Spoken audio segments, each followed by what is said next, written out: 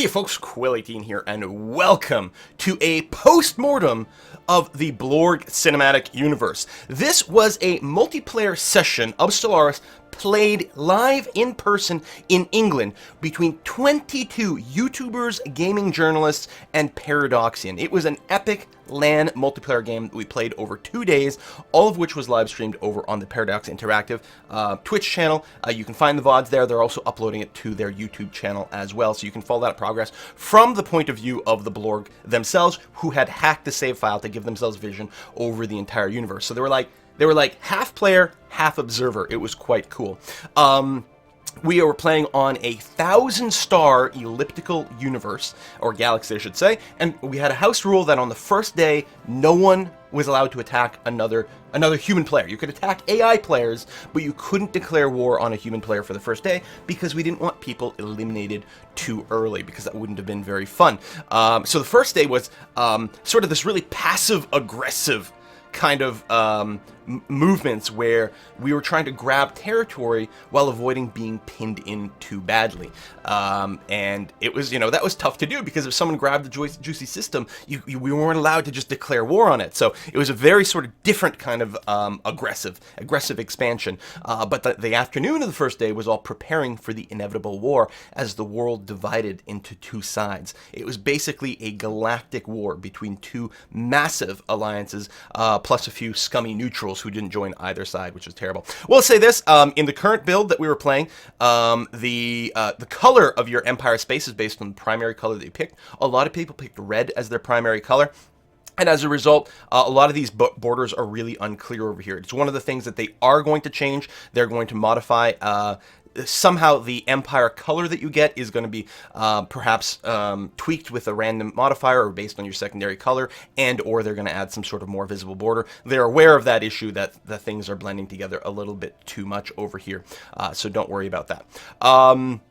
So what I want to do is I actually want to start at the end, because I think we can have a really interesting discussion about technology and warfare, and how it's amazing that in Stellaris it is not just bigger fleet wins all the things. And for that we have to go and focus on the 192.168.27.0 subnet system over here, which is one of my systems, which is where one of these massive battles was happening. This is the Space Turtle Birdmen War. The Shell, which were a turtle-themed race, declared war on the Avian Menace with the war goal of vassalizing. So if the aggressors in this case win the war, what they would like to do is they would like to have the Avian Menace vassalized by the Shell. The Avian Menace was played by the Solar Gamer, a YouTuber out of Boston, who you should definitely check out. He's been at a few of these Paradox events, great guy, and yeah, so they had declared war on him. But both sides were represented by large alliances. This is the Defense Alliance, although it's a little deceptive because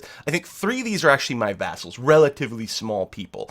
And actually there might be an extra couple of vassals in there as well. So there's not quite as many empires on the defensive side as you might think, although the same thing is true on the attacker sides. Again, I think there's a couple of relatively minor vassals that are represented here. But there was a heck of a lot of people going on. And in particular, very notable is the Zoom Union on this side, who were the who basically represented the primary enemy fleet in this system that showed up.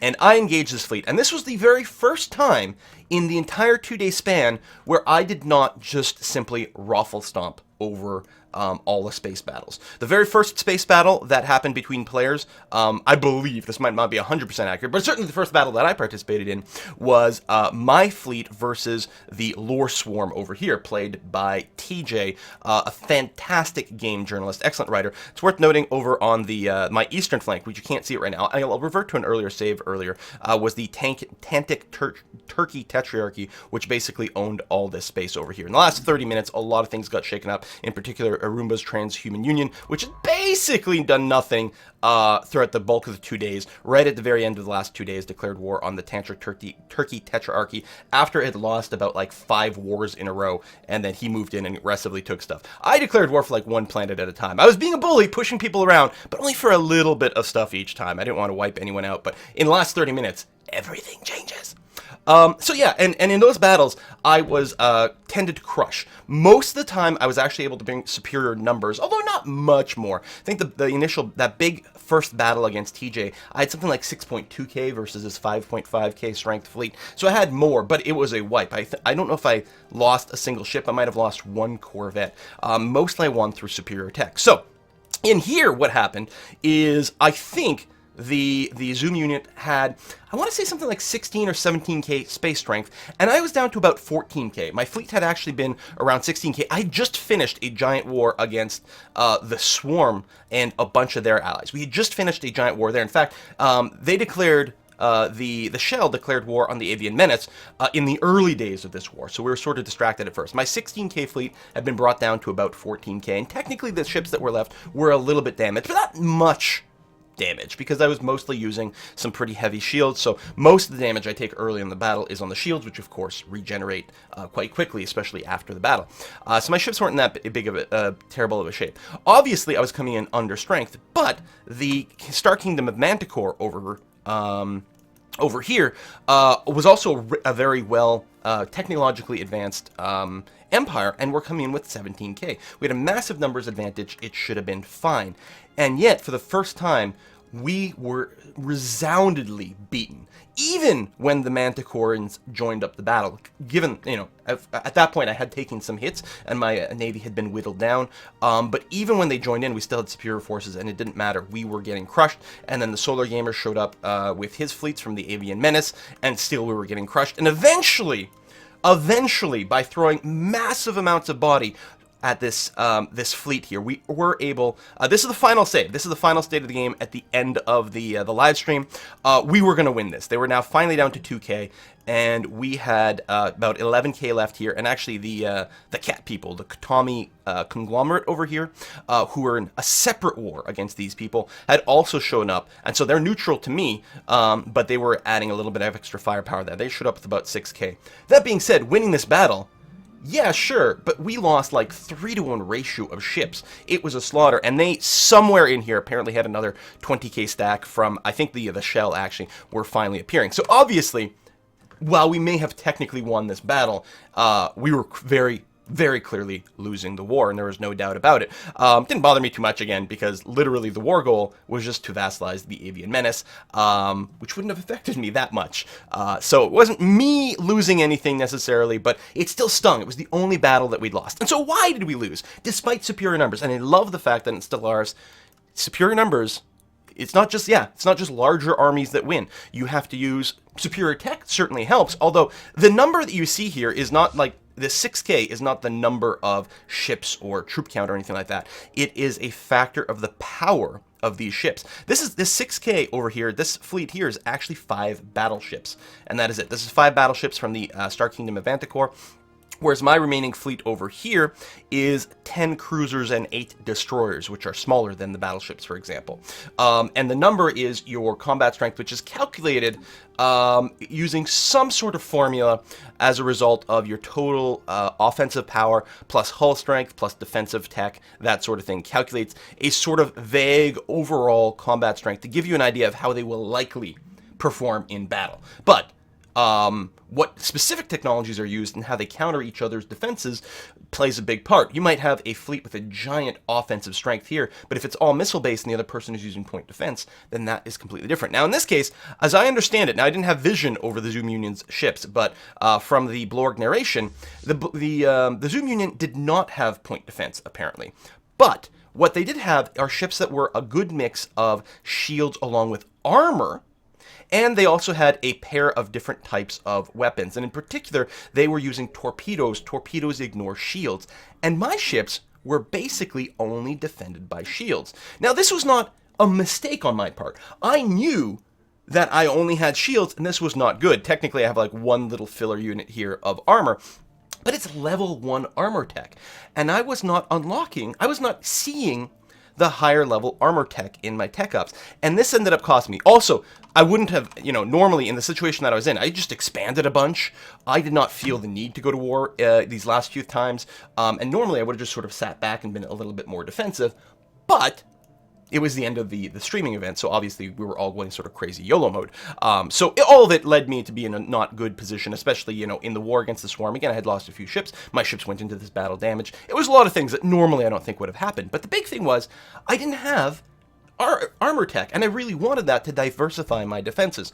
So how does technology work? So if you look at the tech screen here, and let me go ahead on the society thing, and I'll just say I want to change my research here. You've got a list of technologies that you can pick from. Normally, you would have 3 options, but I have a science directorate as my government type, which gives me an extra research options. And I'm convinced this is one of the reasons that my research was that I was technologically advanced for much of the game. While most people ended up picking a trait that was materialist. No, yes, I was materialist as well, that's true. Most people did go and do that for extra science output. I specifically chose the science directorate so I would have more choices, so I could not only just science harder, but actually science smarter by having more choices, because it does suck when you don't see any options. Now, so I see 4 things over here, but one of the other things that can happen is as you go around and kill stuff, debris is left behind. We can actually see that at the site of this battle, that orange exclamation mark, somewhere in here, right over here, there is debris. And you can send a science ship here to go and scan this debris, and you can get some science out of it. Now, when you kill, early on in the game, you'll be killing space monsters, and you will collect that debris. And what it will do is when you collect debris, it gives you some amount of science points, which then gets applied to whatever you happen to be researching. But also it can give you a fixed amount of science, research towards a specific tech. For example, if I scroll down here, you can see I have access to the regenerative hull tissue.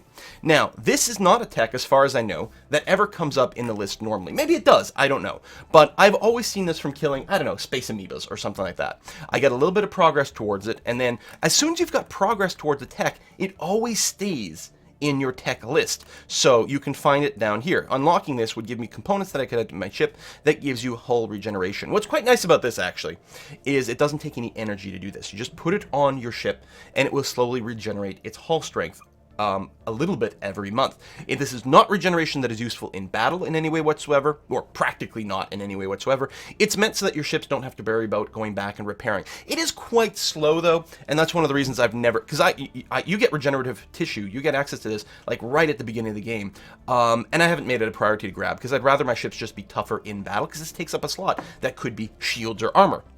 So I've personally been skipping it. We'll see, you know, if it turns out to be like really awesome or not. I don't know. But especially I think with relying on shields, which obviously regenerate between battles, I valued this a little bit less. So that's that. And so mostly what you do is you find when you kill space monsters, you get their weird space monstery tech. If I look over here in my physics, mining drone lasers unlocked from killing like the mining drones at some point.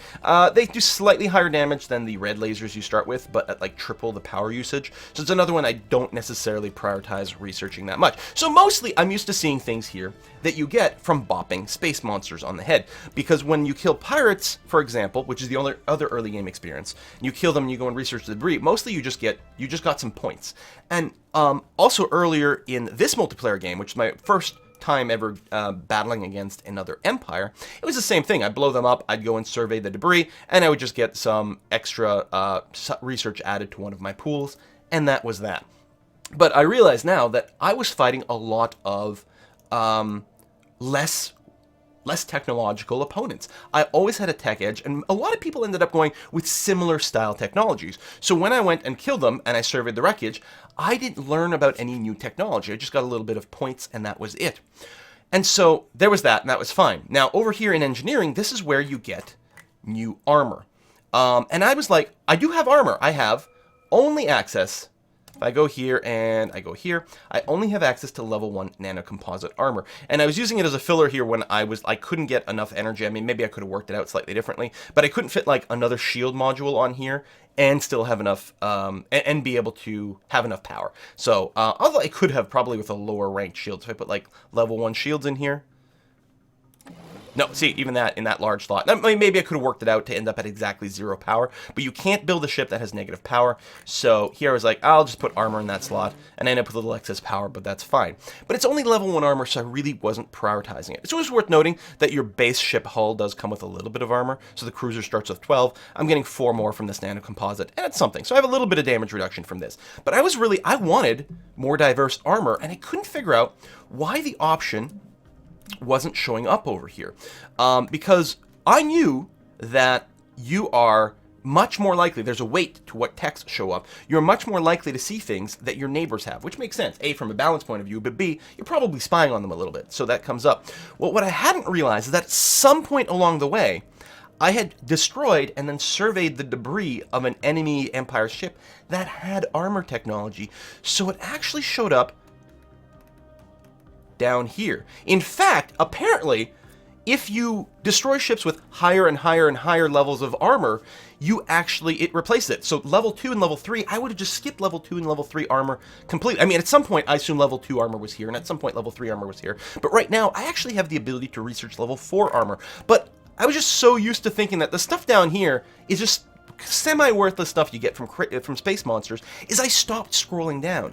I think this would be less of an issue if I didn't have the +1 tech unlock, because normally you would just see 3 techs, and then you would see, like, oh, level 3 autocannons, that's amazing, because that's another thing, like, it's nice to diversify your offensive power, because right now I'm only using missiles, which means I am vulnerable to point defense, although I am using swarm missiles. This is the level 2 version of the swarm missile, the whirlwind missiles, and they're specifically meant, they have a specific reference, not on these, but on the swarm missiles, a specific reference to just overwhelming point defense. You're less vulnerable, which is good. But I did want to diversify my tech, but the problem is I wasn't going to start at like level 1 of something. Like, that would have been pretty boring. But I hadn't realized here, for example, oh, I could get level 3 autocannons, which is quite cool, and that would have been really nice to have. Autocannons don't ignore any shields or armor. Some weapons ignore armor, either 50% or 100%. Some weapons ignore shields, either 50% or 100%, or maybe some other numbers, I don't know.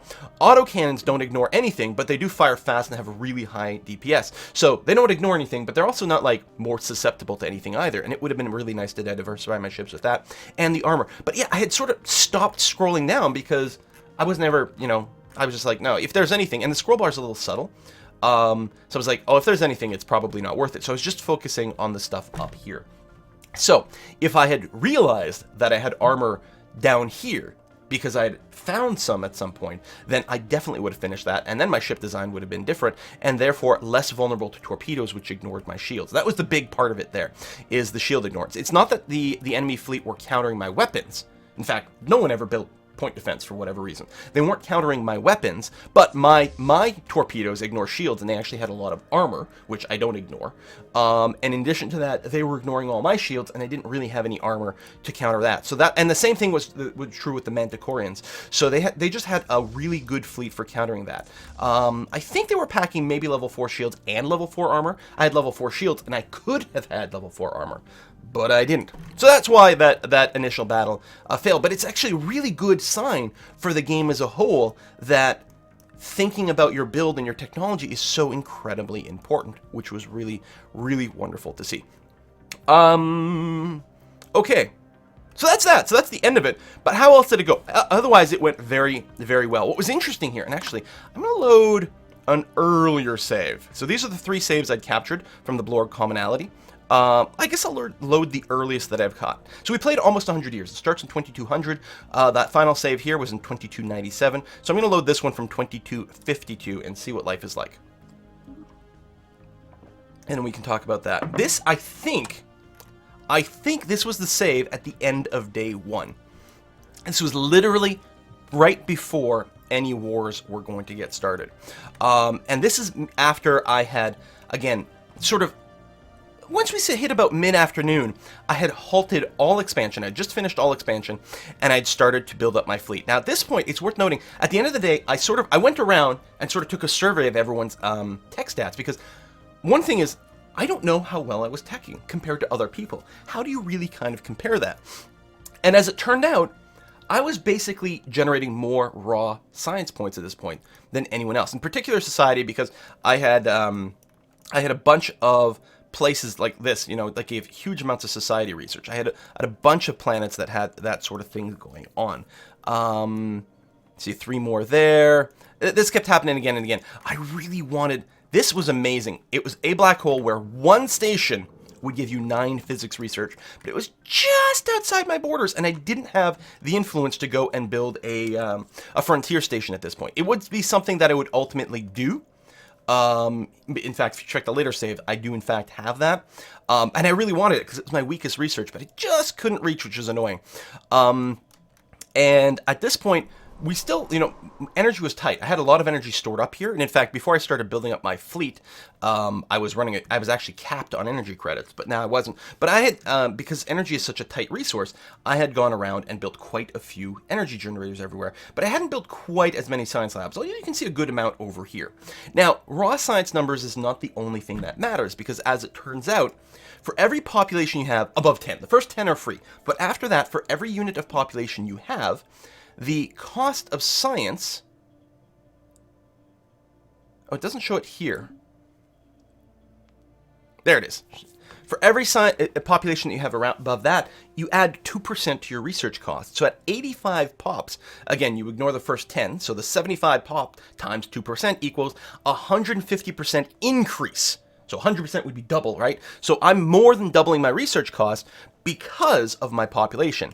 Now, with higher population, obviously you should be able to work more science labs. But you have to remember, when you expand, if you're not building science labs, you're actually decreasing your research. That being said, most of the time, by adding more science labs, you will in fact increase your research. So expanding is still good in general. Not to mention any expansion that you do sort of physically here can often bring more star systems into your control, which means that you can build more research stations around there. So expanding is good for science overall.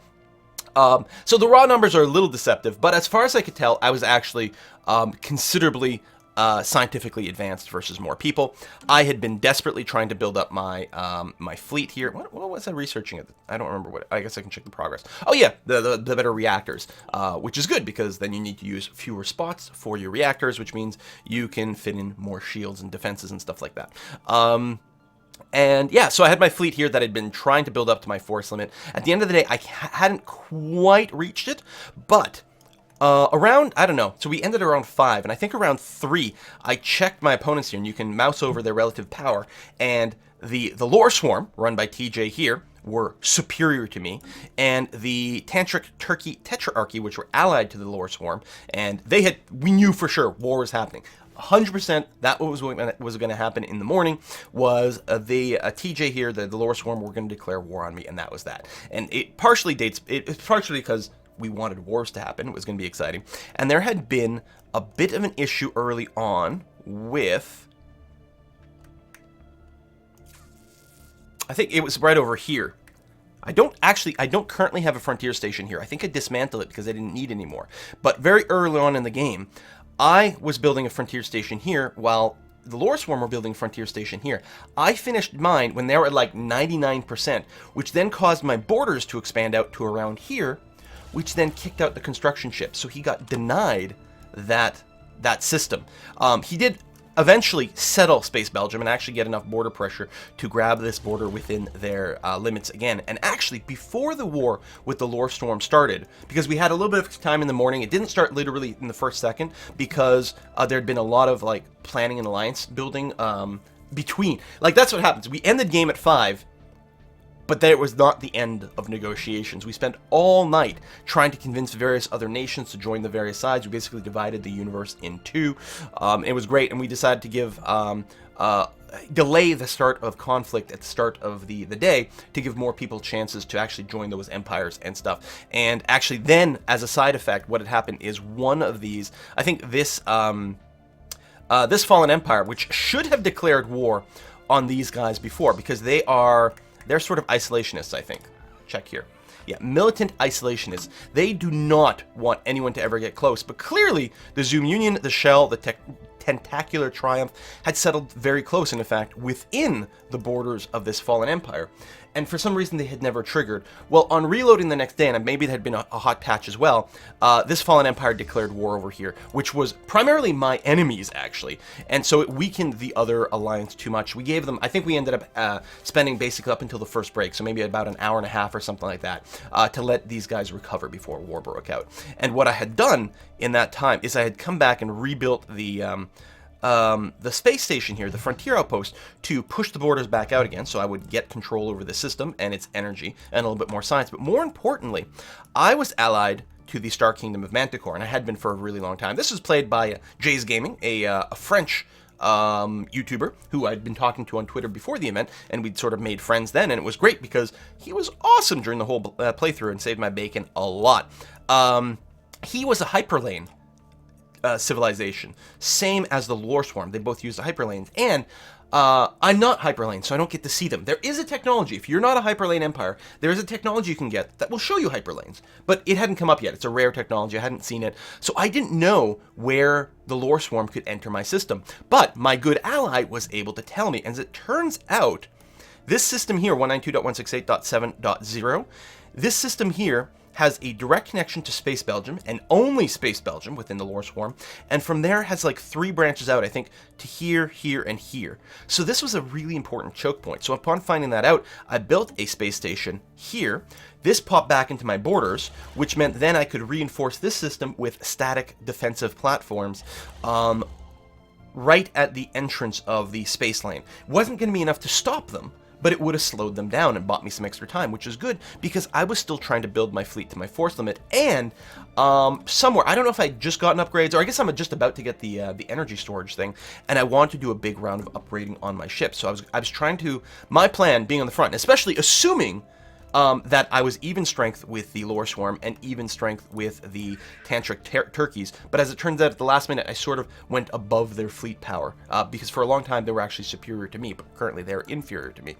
But I assumed I was going to lose any stand-up fight over there. But my plan was to fight as much of a delaying action as possible, and then retreat to friendly territory, either to the Star Kingdom Manticore or the Blorg commonality who are on my side. You can see I'm actually building, you see the orange like outlines? I was building a series of wormhole stations so I could just retreat my fleet all the way back over here and meet up with my allies and then come back. It turns out it wasn't necessary because I was just able to flatten them outright. But, so that was that. And then other than that, the only other place where the Lore Swarm could enter my space was up here from Serena to 192.168.11.0, which ultimately proved to be what the Lore Swarm decided to do. And I didn't really defend this area because I was more concerned about my homeworld, of course, over here at localhost. This was my homeworld, and these were more of my core systems down here, so that's what I was more concerned about defending. And I was more than happy to let the Lore Swarm spend a bunch of time blowing up my mining stations over here. They even mounted invasion. They ended up invading my planet. Right over here, technically it's a moon. They ended up invading my planet, and I was okay with that. That meant it bought me time to finish all my upgrades, and in fact, I was able to move my fleet into the Tantric Turkey space and destroy their fleet first, picking apart the enemy alliance piecemeal. So destroyed all of, this is a Fraser's land over here, the Turkeys, another excellent gaming journalist. I can't remember his last name. I'm really bad at last names. I just, call people by their first names. Really sorry about that. There's a list of all the players that you can find on the Stellaris subreddit. So if you want to find the full list of everyone over there. Yeah, so I was able to pick them apart. And at that point, eventually, I had, between my new technology, finishing all my upgrades, and hitting my fleet cap, that's when I hit slightly above 6k, when TJ was sitting at slightly below 6k strength. So I was like, I will throw in. I knew TJ had a specific sort of strategy with his fleet composition, and we didn't know which one was going to turn out to be on top. He had a very cool idea with using corvettes as sort of a screening element, heavily armored corvettes that would sort of move faster and try to take the brunt of the initial battle while everything else dealt with. But I don't think he had cruisers, and I had unlocked cruiser techs. I didn't have many. In fact, at this point, do I have any? I had 3. I think by the time I fought them, I may have had 5 cruisers. I am not even sure if I may have only had the 3 cruisers, actually, now that I think about it. But I was a bit more top-heavy. We had, I think, similar amount of destroyers. He had a lot of corvettes, somewhere about maybe 50 or something like that. But I had the cruisers here. And I think ultimately that, plus a few other technology things, meant that I destroyed him with only losing maybe a tiny handful of corvettes, basically. So it worked out well. But it was interesting. We didn't know how it was going to work out. But I thought, worst case scenario, if I lose, hopefully I'll also still do a lot of damage to him. Especially knowing that they're corvettes. I mean, one volley of missiles might just... do the same amount of damage to both sides, because we're both using equivalent weapons. We might have both been doing equal amounts of damage to each side, but whereas my volley would have outright destroyed a corvette, if he hit a cruiser, it would just scratch the paint. So every time I hit him, he was losing more of his offensive powers because corvettes were so easy to destroy. And I thought, at the very least, I'll weaken him, and then by the time my allies showed up, they should be able to clean it up, was my sort of gambit there. So it turns out we just won outright, and that was really, really, really good. And annoyingly, though, the war declaration was actually... I don't remember who declared the war. Someone in that alliance declared war on the Blorg. So the Blorg were the primary defender, so the Blorg set the peace deal, and they just set the peace deal to vassalize the Swarm, which seemed rude, because, again, I don't think the Lore Swarm had actually started the war. Nah, maybe they did. Actually, maybe they did, but I think they declared on the Blorg, oddly enough. Because the Blorg just set Vassalize the Lore Swarm, and they did not set Liberate Space Belgium, which honestly was the peace deal that I really wanted more than anything else. So we ended up winning that, and that was great. But we had a lot of fun. It was interesting seeing the different strategy. One of the big things early on was trying not to get pinned in. You can see how close I came. Well, it's a bit deceptive because this is my vassal over here. These were some primitives that I infiltrated. I built an observation outpost there, and I infiltrated them and replaced their government with my own people in disguise. And then...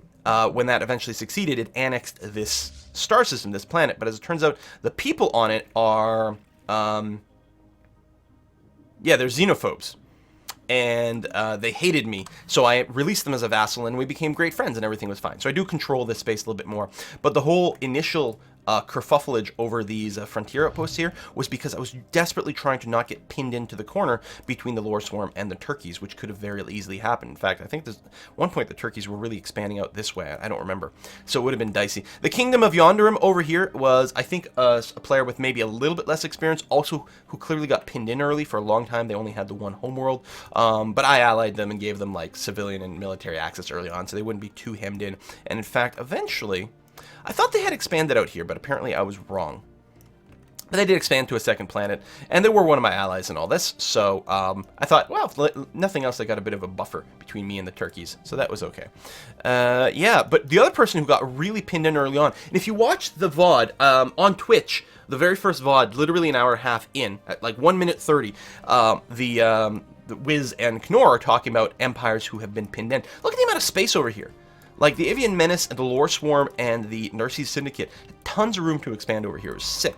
But I think they all might have had... I think they were all, like, tropical, and there was a bit of a lack of tropical worlds over here. But I think I started exploring over here at one point, and I found a ton of desert planets. I was like, oh, why can't I be over there? Because that was my type of planet. But it ended up being a lot of space. But, yeah, if you go back to, like, 1 minute 30, there's, like, a highlight of the Merry Men over here. Played by Ms. Carsnell, spawn... Well, I guess this was their homeworld here. And literally, like... And it's really evident if you go to the start of the stream. They are pinned in right from the beginning, because the shell spawned right here. We got another homeworld of Sirius there, another homeworld here, and... Oh, that's more of the shell, but I think there was an AI race over here. I might be wrong about that, but I thought there was. So it was, like, really pinned in, and the very first thing the shell did is build, like, a frontier outpost, like, here or something like that, or here. One of these spots over here, and you can see even here the shell have got this planet here, and right away the Merry Men were pinned in. Now you can grow vertically pretty well in this game, but that was still pretty rough. At some point the shell got an AI war, lost a frontier outpost over here, and instantly the Merry Men went and built like frontier outpost to expand their territory, which the shell was like offended by. Like, this was a massive slap in the face, and like everyone else is like, I don't know, that seemed like a pretty key move. In fact, before that, someone else had been sort of slapped in the face with being pinned in. But there was a lot of room for drama just based on the geography that was going on. So some people did have better starts than others, certainly. But, I mean, it's mostly symmetrical, which was great for multiplayer. Aruma had a hard time early on because he got some bad advice about rivaling a fallen empire, which turned out to sort of suck, but actually in the end turned out to be not that bad. The humiliation peace deal they had to take didn't actually end up affecting his empire that much, and because of some issues with the fallen empire, same thing that we talked about over here with these guys not declaring war properly, with these guys here who were the space gardeners, holy guardians.